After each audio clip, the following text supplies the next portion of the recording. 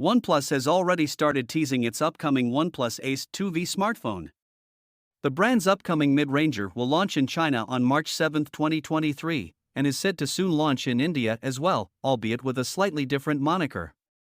If rumors are to be believed, the OnePlus Ace 2V will be renamed as the OnePlus Nord 3 for India. The device has now been confirmed to come equipped with a MediaTek Dimensity 9000 processor. Let's take a look.